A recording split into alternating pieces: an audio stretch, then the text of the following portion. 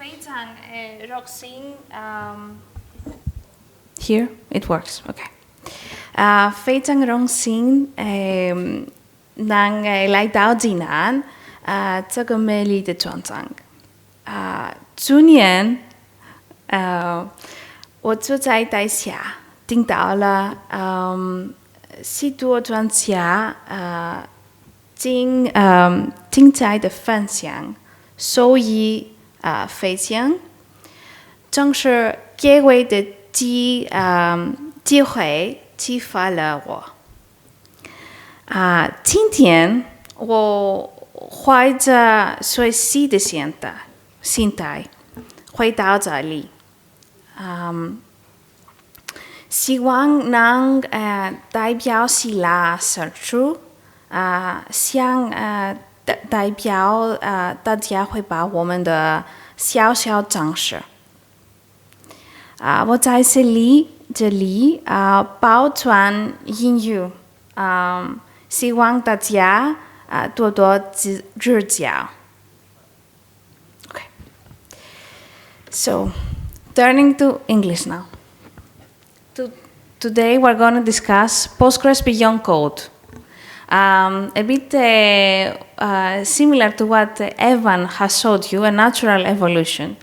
And we're going to examine how communities sustain a global system.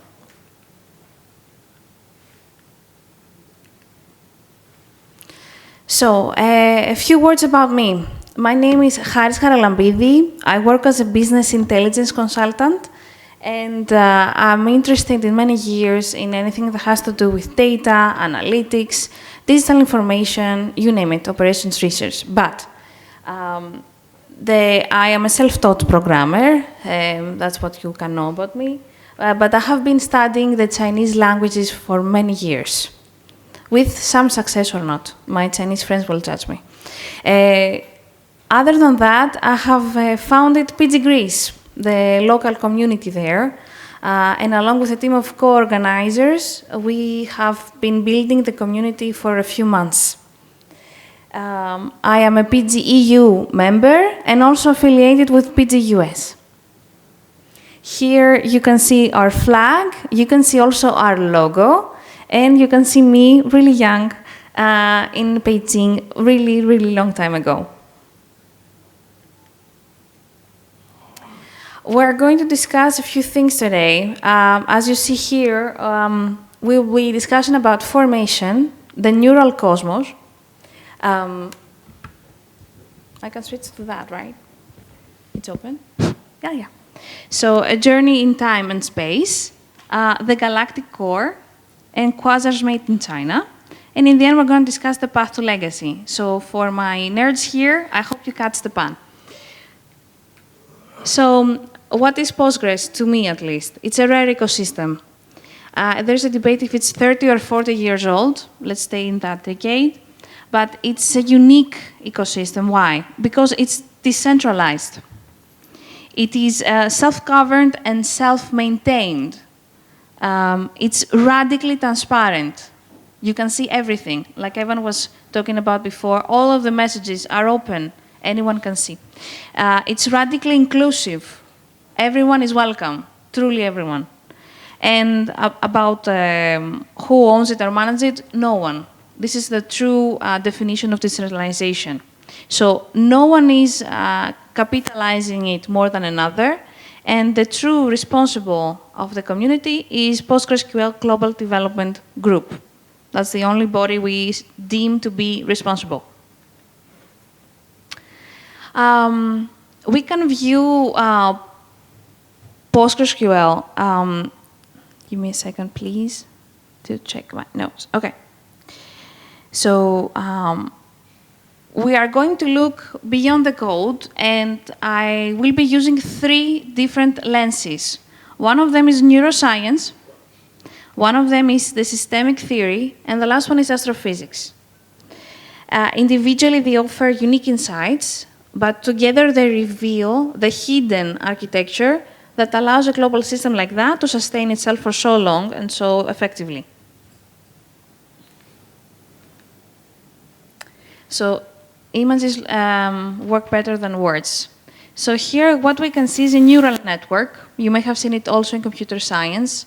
Neuroscience is the same. On the right, you see the community. So here we have the nodes. Anyone heard the word node before? Raise your hand. Do you know what node is? Few people do. Okay. So we have the neuron in our brains, our little things right here, and we call them nodes. In the community, that would be a community member. That's all of us right here.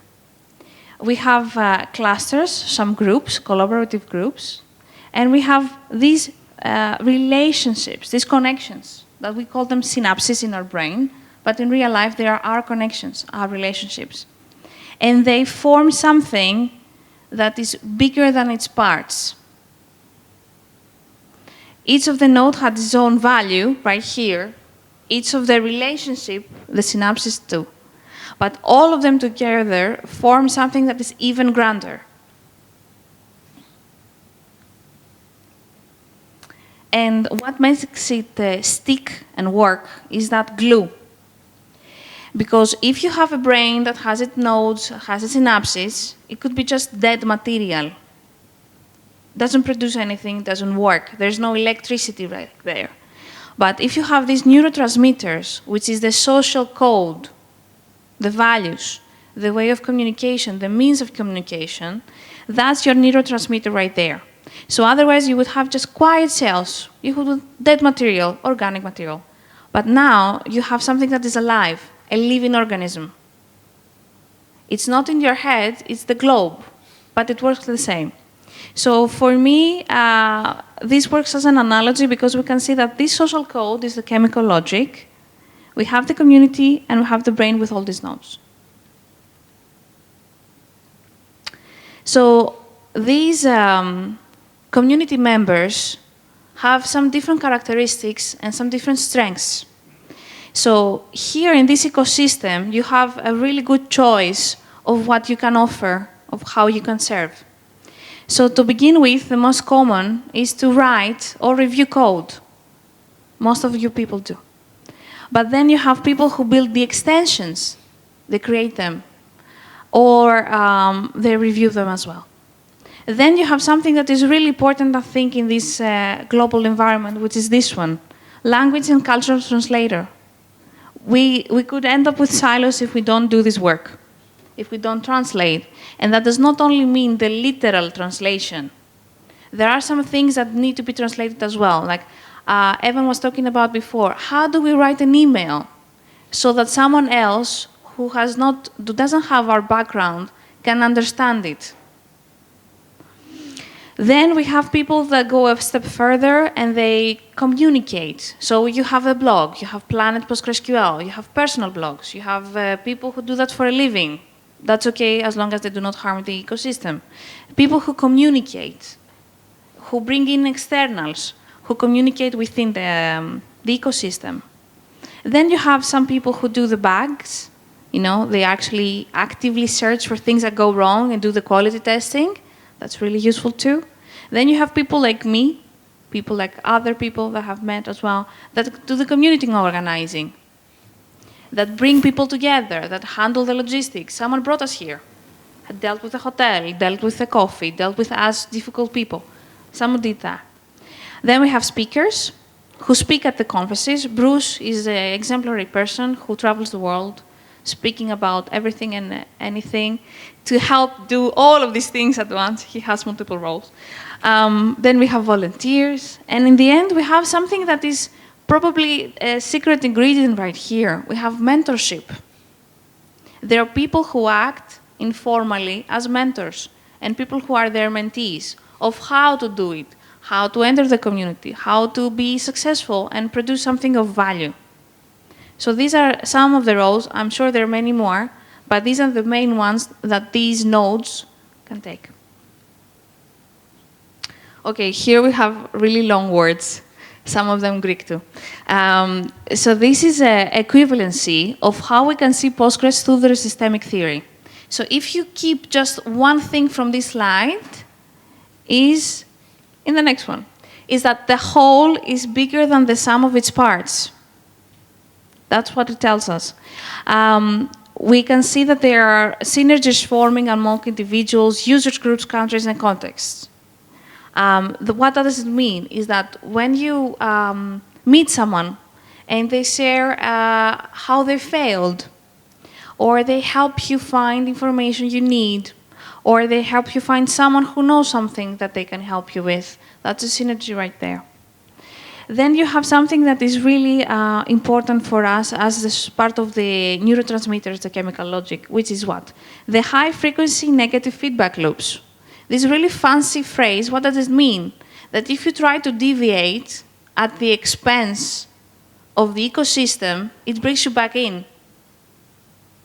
When you would do something that would harm it, you have these wonderful mailing lists that people exchange their opinions about, and they try to bring the ecosystem back to homeostasis, which is right here. So the distributed governance means that you have these eyes and ears all over the world with an opinion to express and with a good intention to keep Postgres alive and in harmony.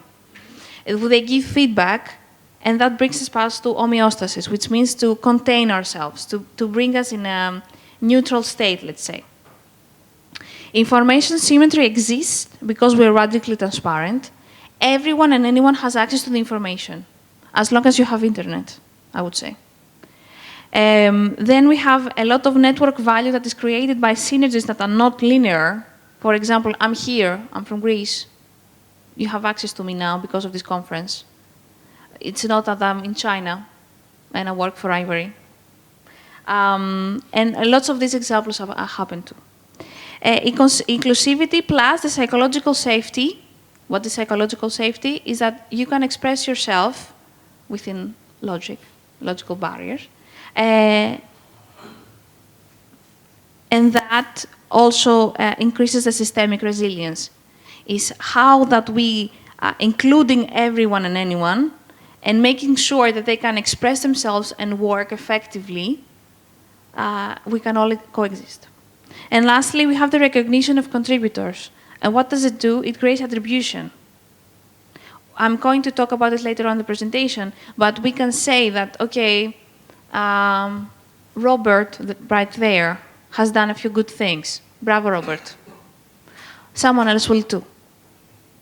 And that helps us conserve the energy. So how many of you know what is entropy? Have you heard the word entropy? Yeah, you have. So that really helps us contain the system. Okay, a few background information about this. We're going on a journey in time and space. Here, Evan introduced me that way. This is where my PG journey began. It was last year. It was May. When was PG Contef? It was March, something like that. May? May of 2025. So I am a freelancer, so I can arrange my schedule. And my partner over there told me, there is a really cool conference in Montreal. I'm planning to go. Would you like to join me? I'm like, okay, what's it about? It's about Postgres, the things I'm doing. Okay, why not? Let me arrange the schedule and I will accompany you. So I arrived. And because I'm a volunteer for many, many years, as long as I know myself, when the organizer asks for help, I'm like, yes, of course. I'm here to be a tourist, but I can offer my time to help you with the conference. So one thing led to another, and poof, we're here in Jinan. So because I already spoke some Chinese, I'm familiar with the culture, and then I got a glimpse of what Postgres is all about, because PG-Contef is the most technical you can get, okay? So I met these people, I understood what it's about, I became intrigued, and then came HOW 2025. So I was attending it, and I got to listen to the presentations. I got to see the people here and witness what this global thing is all about. Then that led me to being more serious about Postgres and to Riga, Latvia. This is a really small country close to Russia that we hold the second, I'm not going to say first and second, one of the most important conferences of Postgres, okay? PGConf EU. So it was held last year in Riga, Latvia, and I was there. And while I was there, we had already started the work for founding PG Greece. I found really good people there, a lot of help, again volunteered, attended, I didn't spoke there. And that led me to Athens, where the actual work began, so not the conference work. That led to the creation of the Greece PostgreSQL users group, because when I came back to my country, I found a lot of DBAs. I found people that had companies about Postgres. I found that in the work that I do for the government, they are using Postgres. And there was not a users group. Okay, and I could not bear that we do not have that, because they were people, professionals in big companies, banks, working for other organizations that we do not know each other. We existed in the area. And Greece, for those of you who don't know, is 10 million people. It's like Zinan. So it made sense to have a users group. So fast forward, this is us. We had our first meetup. This is one of my co-organizers, Ευτυχία. So we are two women in a team of 5. She's actually speaking today at AWS Community Day Athens. She's a wonderful DBA, really good at her job. This is us. There are 2 people missing after our first meetup. We have already been building the second one, and we are actively calling for proposals. And this is lovely Athens, just for you to become a bit envious and want to come. It's really beautiful, actually. Okay, so let's go back to the galactic core. So this is for my astrophysics fellow nerds here, that we are going to join everything together.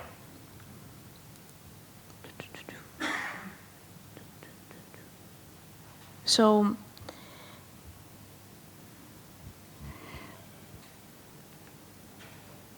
these numbers speak for themselves. When we hear core, you may think of the core team in Postgres. But I'm talking about a different core. I'm talking about specific people in all of our planets that do something amazing. 266 of them, some here, are principal authors. It's not a significant major contributor, but it's someone that has written code that is live out there, in PG-18 at least. So see how few people in our billions actually do this thing. And what gets even more amazing is this one. 67 only people are the core contributors who wrote 90% of the core. They smashed Pareto rule, these people. Again, 2 of them here, I think. So these are statistics that are bulletproof, and there is a trend about them. Because if we look at the three releases here, 3 releases, 3 years, and there is a constant. You see the numbers do not deviate that much. It's not that we were 100, it became 266. So here you can see that we started with 221, increased by 8, and now we're over 260. And then we have the core contributors, the 67, which have increased. So it remains rather stable, but with a rather increasing trend. But you see how few of these people exist? That's a really catchy slide, because everyone knows ChatGPT. How many of you use it? Okay. So there is a joke that we have internally that how many primaries do you need to run something? And everyone boasts about having big data and a lot of data. And I'm really skeptical about it. So I bring always this example of OpenAI. It was posted by one of their engineers that was in PTCOF Dev as well. And what he has said is that they serve 800 million users, maybe even more, since that statistic was published. And they lean on the ecosystem. So one of the most popular LLMs right now use a single primary. So the point is not what OpenAI does, because that's a corporation, they can choose whatever they want, although they're really, really big. the point is that here, they choose it because it's stable and predictable. They could buy anything they wanted. And one more thing is that from those 266 and 67 people accordingly, is that one really highly engaged individual can have global impact. Some of you, one of you, not some, can write code. Well, the commit phase has closed now for the next release, okay? But you can have code that the entire globe uses. So speaking of China, I've made a research about who are the contributors here. Who are the most luminous objects? That's a quasar. A quasar is the most luminous object on the universe, okay? So Quasars Made in China is about highlighting people, like our Evan here, who have done a marvelous job from China for the world. We have Richard Guo here. How many of you know him? Yes, okay.